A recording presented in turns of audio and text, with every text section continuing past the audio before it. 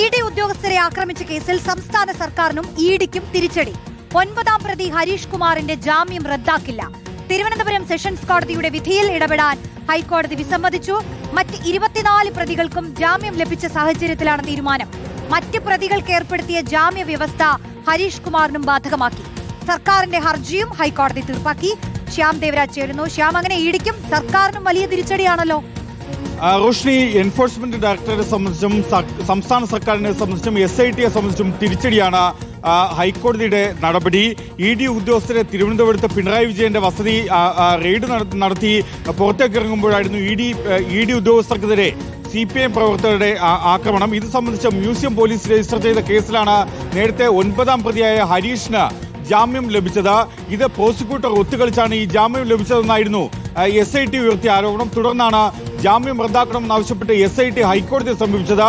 ഈ ഹർജിയിൽ നേരത്തെ ഹരീഷിനടക്കം മറുപടി വാദവും ഹൈക്കോടതി കേട്ടിരുന്നു. തുടർന്നാണ് ജാമ്യം റദ്ദാക്കേണ്ടതില്ല എന്ന നിലപാടിലേക്ക് ഹൈക്കോടതി കടന്നത്. ജസ്റ്റിസ് CS രേസ് അധ്യക്ഷനായ സിംഗിൾ ബെഞ്ചാണ് ജാമ്യം റദ്ദാക്കേണ്ടതില്ല എന്ന തീരുമാനമെടുത്തത്.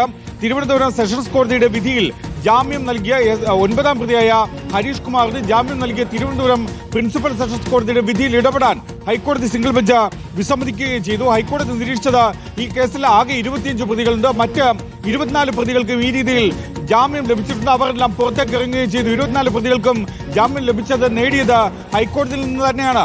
ഈ സാഹചര്യത്തിൽ 9ാം പ്രതി ഹരീഷ് കുമാറിന്റെ ജാമ്യം റദ്ദാക്കേണ്ടതില്ല എന്ന നിലപാട് ഹൈക്കോടതി സിംഗിൾ ബെഞ്ച് സ്വീകരിക്കുകയും ചെയ്തു. ഇതിൽ സംസ്ഥാന സർക്കാർ ഹൈക്കോടതിയിൽ ആവശ്യപ്പെട്ട ഒരു കാര്യം, ഈ വ്യവസ്ഥകൾ ഹൈക്കോടതി ഏർപ്പെടുത്തിയ വ്യവസ്ഥകൾ, ജാമ്യ വ്യവസ്ഥകൾ 9ാം പ്രതി ഹരീഷ് കുമാറിനും ബാധകമാക്കണമെന്ന കാര്യമായിരുന്നു. അക്കാര്യം ഹൈക്കോടതി അംഗീകരിക്കുകയും ചെയ്തു. മറ്റു പ്രതികൾക്ക് ഏർപ്പെടുത്തിയ ജാമ്യ വ്യവസ്ഥ ഹരീഷ് കുമാറിനും ബാധകമാക്കി.